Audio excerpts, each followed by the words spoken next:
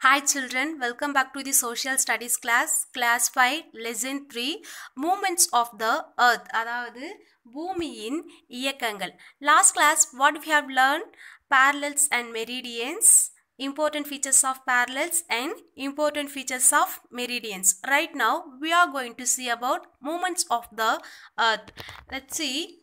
In ancient times, people believed that the earth was sanitary and heavenly bodies moved around it. அதாவது here ancient mean பண்டைய காலம் ஓகேவா. அதாவது பண்டைய காலத்து மக்கள் பூமி நிலையானது என்றும் பரலோக உடல்கள் அதை சுற்றி நகர்ந்ததாகவும் மக்கள் நம்பினர். Nicolaus Copernicus, a Polish astronomer, first said that the earth spins on its own axis and moved around the sun. அதாவது இங்க நிக்கோலஸ் காப்பர்னிக்கஸ். ஸோ இவர் யார் அப்படின்னா ஒரு அஸ்ட்ரானமர், வானியல் அறிஞர். இவர் தான் ஃபர்ஸ்ட் என்ன சொன்னார் அப்படின்னா புவியானது தன்னைத்தானே சுற்றி கொள்கிறது மற்றும் சூரியனையும் சுற்றி வருகிறது. அதாவது பூமி தன்னைத்தானே சுற்றி கொள்ளுதல் மற்றும் சூரியனையும் சுற்றி வருகிறது அப்படின்னு சொன்னது யார் அப்படின்னா நிக்கோலஸ் காப்பர்னிக்கஸ் தான் ஃபர்ஸ்ட் சொல்லியிருக்காரு. சரிங்களா? Thus the earth has two type of movements, rotation and revolution. அதாவது two types of movements, rotation and revolution. Rotation mean சுழலுதல், revolution mean சுழற்றுதல் அப்படின்னு சொல்லுவாங்க. சரிங்களா?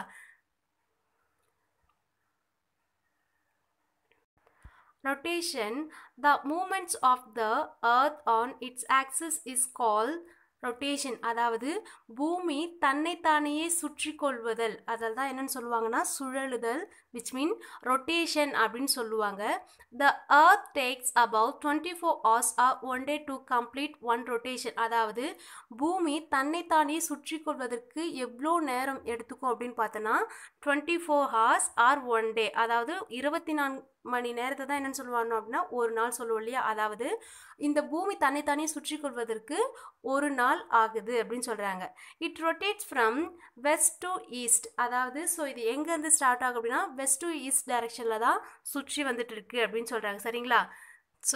ஸோ இந்த டைரக்ஷனில் தான் பூமி தன்னைத்தானே சுற்றிக்குது, west to east. Listen carefully.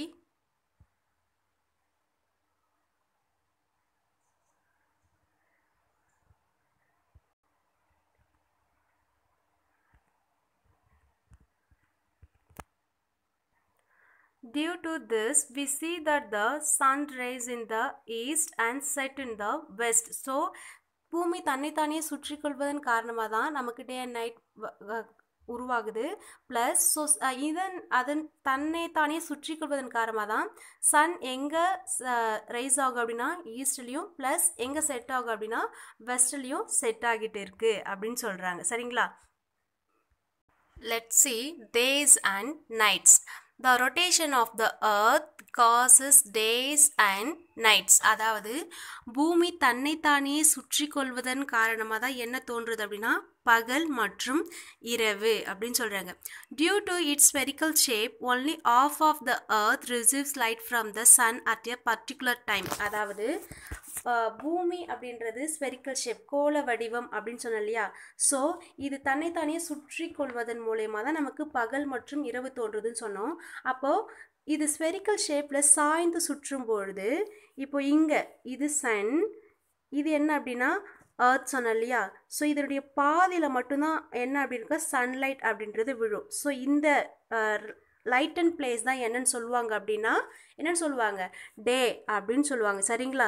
Then this off has டே, அதாவது இந்த லைட் அண்ட் பார்ட் தான் என்னன்னு சொல்லுவாங்க அப்படின்னா டே அப்படின்னு சொல்கிறோம்.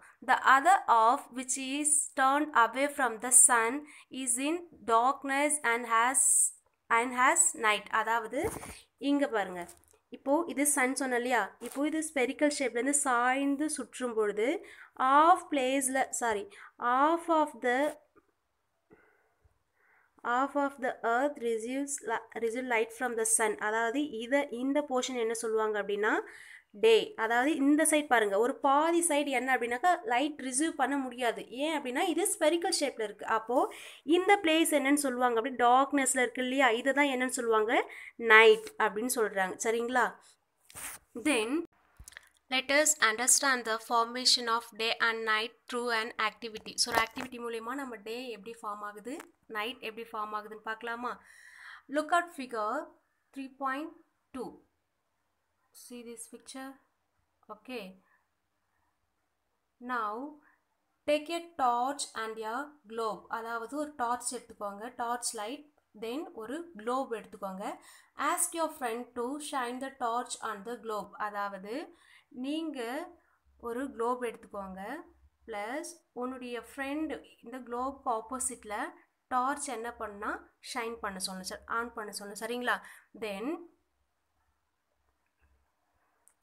you will see that half of the globe is lightened while the other half is not. அதாவது இங்கே குளோப் நீங்கள் ஆப்போசிட் டைரக்ஷனில் வச்சு லைட்டை ஆன் பண்ணும்போது ஆஃப் ஆஃப் த குளோப் மேலே மட்டும்தான் இந்த டார்ச் வெளிச்சம் அப்படின்றது இருக்கும். ஸோ அதாவது ஆஃப் குளோப் எப்படி இருக்கும் அப்படின்னா ரொம்ப டார்க்னஸாக இருக்கும் அப்படின்னு சொல்கிறாங்க. ஏன் அப்படின்னா குளோப் அப்படின்றது ஸ்பெரிக்கல் ஷேப்பில் இருக்கிறதால பாதி, அதாவது ஒரு ஆஃப் குளோப் மட்டும்தான் டார்ச் லைட் ரிசீவ் பண்ணும், மற்றொரு பகுதி எப்படி இருக்குன்னா ரொம்ப டார்க்னஸாக இருக்கும் அப்படின்னு சொல்கிறாங்க. சரிங்களா? தென் find out the names of two countries each lying in the light off and the dark off. அதாவது இங்கே இப்போ இது ஆஃபாக இருக்கு இல்லையா, ஸோ லைட் வெளிச்சம் இருக்கிற ஒரு போர்ஷன் இருக்குது, ப்ளஸ் டார்க்னஸ் ஒரு போர்ஷன் இருக்குது. இப்போ என்ன பண்ணுங்க அப்படின்னா இந்த லைட் அண்ட் பார்ட்டில் இருக்க எனி டூ கண்ட்ரீஸும் இங்கே டார்க்னஸில் இருக்க எனி டூ கண்ட்ரீஸும் என்ன பண்ணும் அப்படின்னா நீங்கள் நோட் பண்ணி வச்சுக்கோங்க. எனி டூ கண்ட்ரீஸ் ஓகே எடுத்து நோட் பண்ணி வச்சுக்கோங்க. தென் now slowly rotate the globe. இப்போ என்ன பண்ணணும், பொறுமையாக குளோபை நீங்கள் ரொட்டேட் பண்ணணும், மூவ் பண்ணணும். what do you see? இப்போ என்ன தெரியும் அப்படின்னா you will see that the countries which were in the lightened part have now moved into the darkness. அதாவது இப்போ நீங்கள் குளோபை ஸ்லோவாக மூவ் பண்ணிக்கிட்டே வரும்போது என்ன ஆகும்னா இந்த லைட்டன் பார்ட்டில் இருக்க போர்ஷன்லாம் டார்க்னஸ் பார்ட்டுக்கும் இங்கே டார்க்னஸில் இருக்க பார்ட் எல்லாமே எங்கே வரும், இங்கே லைட் அண்ட் பார்ட்டுக்கு ஸ்லோவாக மூவ் ஆகும் அப்படின்னு சொல்கிறாங்க. சரிங்களா? தென் the countries which were in the dark have now moved towards the light. அதாவது இங்கே டார்க்னஸில் இருக்க அந்த கண்ட்ரீஸ் எல்லாமே லைட் அண்ட் பார்ட்டுக்கும், லைட் அண்ட் பார்ட்டில் இருக்க கண்ட்ரீஸ் எல்லாமே எங்கே மூவ் ஆகும் அப்படின்னா இங்கே டார்க்னஸ் பிளேஸ்க்கு மூவ் ஆகும்னு சொல்கிறாங்க.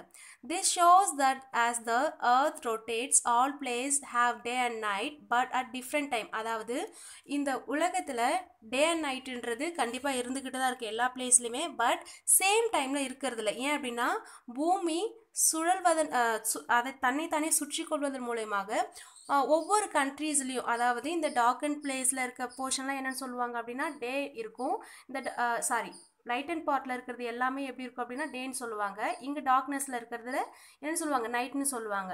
ஸோ இதனால தான் டிஃப்ரெண்ட் டைமில் என்ன ஆகுது அப்படின்னாக்கா டே அண்ட் நைட் அப்படின்றது உருவாகிட்டு இருக்குன்னு சொல்லாங்க. இப்போது ஃபார் எக்ஸாம்பிள் இப்போது இங்கே இந்தியாவில் டே அப்படின்னா இங்கிலாண்டில் எப்படி இருக்கும் அப்படின்னா நைட்டாக இருக்கும். ஸோ அங்கே நைட் இருக்கும்போது இங்கே நமக்கு டே அப்படி இருந்துகிட்ருக்கும். சரிங்களா? ஸோ இந்த மாதிரியான டிஃப்ரெண்ட் டைமில் தான் டே அண்ட் நைட் உருவாகிட்டு இருக்குன்னு சொல்கிறாங்க. Dear students, in this class we have discussed about movements of the earth, rotation, சுழலுதல் plus days and nights. Thank you students. Remaining part we will see on next class.